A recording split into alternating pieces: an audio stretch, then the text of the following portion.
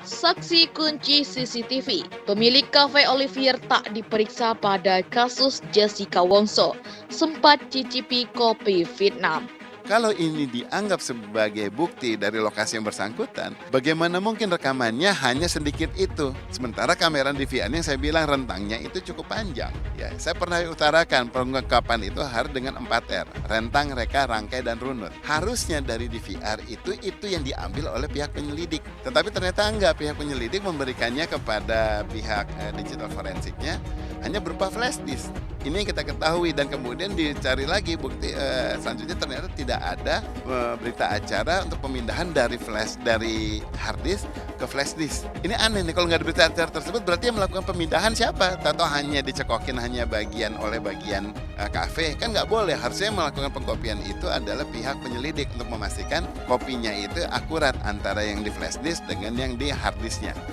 Saya bertanya-tanya terus terang aja, ini belum pernah terungkap dalam podcast manapun. Sampai sekarang tidak pernah diperiksa, diajukan di persidangan pemilik dari Oliver. Ya, tidak pernah muncul juga ya tahun 2019. Aneh kan? Di Bali kemarin ada satu kasus lift yang rusak, meninggal orang, yang diperiksa pemiliknya, ownernya dulu. Udah pasti. Ya. Nah, ownernya ini nggak pernah diperiksa. Owner Oliver, ada apa? Padahal dialah yang bisa menjelaskan tentang CCTV ini. Karena nggak mungkin CCTV bisa diambil tanpa izin daripada si owner. Itu hal yang terus terang sangat mengganggu pikiran saya. Nah, jadi menurut Pak Otto tuh sebenarnya siapa sih ownernya Olivier Cafe gitu? Sampai sekarang itu masih kita juga nggak tahu siapa ownernya gitu. Karena kalau ada kasus-kasus kayak gitu tuh pasti yang pertama yang diperiksa itu ya si kafenya dan pemiliknya gitu. Kenapa itu bisa terjadi gitu? Rasanya itu kan ada CCTV dan lain-lain. Itu CCTV juga benar kata Pak Otto gitu. Nggak bisa diambil, nggak bisa dijadiin barang bukti tanpa seizin pemiliknya gitu. Nah masalahnya nih dari kasus itu pemiliknya nggak ke-expose gitu siapa pemiliknya si Olivier Cafe gitu. Jadi gue jadi overthinking juga gitu kalau di-compare sama kasus yang Pak Otto tadi compare tuh ya emang ada benernya juga gitu. Belakangan tengah ramai kasus kopi sianida yang mendakwakan Jessica Wongso, padahal sudah 7 tahun berlalu. Usai dirilisnya dokumenter Netflix bertajuk Ice Cold Murder Coffee and Jessica Wongso, membuat kematian Mirna Salihin masih menyisakan teka-teki. Otto Hasibuan adalah pengacara tanah air yang saat ini tengah sigap pada garis pertama pembela Jessica Wongso. Diketahui, akhir-akhir ini Otto Hasibuan bersama setidaknya 3.800 advokat yang tergabung dalam tim aliansi pembela Jessica Wongso akan membongkar kasus kopi sianida dan menegakkan keadilan. Melalui unggahan video TikTok @jaunews, Otto Hasibuan mengungkapkan perasaan bertanya-tanya mengapa pemilik kafe Olivier yang menjadi tempat kejadian peristiwa atau TKP kematian Mirna Salihin tidak diperiksa dan diajukan dalam persidangan. Saya bertanya-tanya terus terang ini belum pernah terungkap dalam podcast manapun.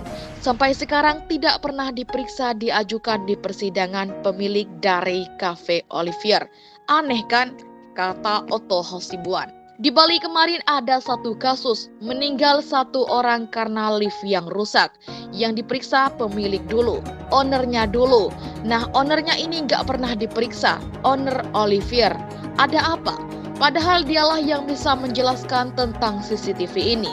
Karena nggak mungkin CCTV bisa diambil tanpa izin daripada owner. Itu hal yang terus terang sangat mengganggu pikiran saya, tambahnya. Kendati demikian, melansir laman suara.com, ternyata pemilik kafe Olivier sempat mencicipi sisa kopi Vietnam milik Mirna Salihin. Direktur Reserse Kriminal Umum Polda Metro Jaya, Komisaris Besar Krishna Murti, menjelaskan pemilik kafe mencicipi sisa kopi Vietnam dan ada yang mencurigakan dalam es kopi tersebut. Pemilik kafe mencicipinya.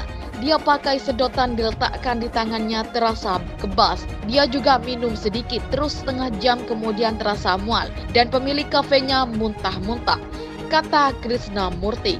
Berdasarkan keterangan pemilik kafe, proses penyajian kopi dilakukan sesuai prosedur dan diawasi. maka mustahil es kopi Vietnam tersebut kemasukan racun saat proses pembuatan. Kopi itu dibuat langsung di depan customer, ungkap Krishna. Meski begitu, hingga saat ini garis pembela Jessica Wongso akan melakukan berbagai upaya langkah hukum untuk membongkar kembali kasus cyanida. Terbaru, tim Aliansi Advokat sudah melaporkan salah satu hakim yang menangani kasus Jessica Wongso ke Komisi Yudisial dan Bawas Mahkamah Agung. Dalam wawancara di TV, ayah Mirna, Edi Darmawan Salihin, sempat memamerkan bukti CCTV kala Jessica diduga menaruh racun kopi cyanida milik Wayan Mirna Salihin. Menanggapi hal tersebut, Otto Hasibuan menganggap hal tersebut sebagai pelanggaran hukum.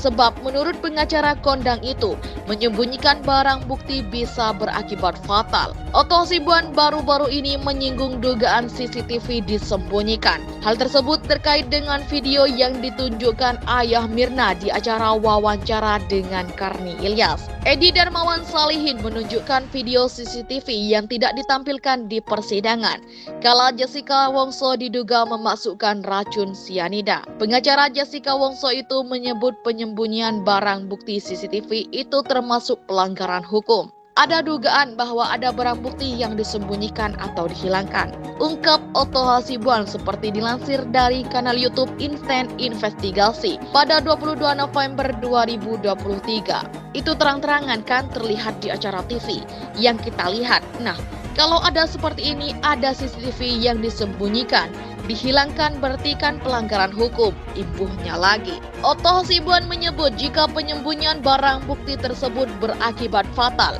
CCTV yang ditunjukkan itu disebut bisa membuat Jessica Wongso dihukum 20 tahun. Barang siapa yang menyembunyikan barang bukti seperti ini kan itu pelanggaran hukum, karena akibatnya fatal. Akibatnya disembunyikan barang ini bisa berakibat akhirnya orang dihukum 20 tahun, seperti Jessica Wongso katanya.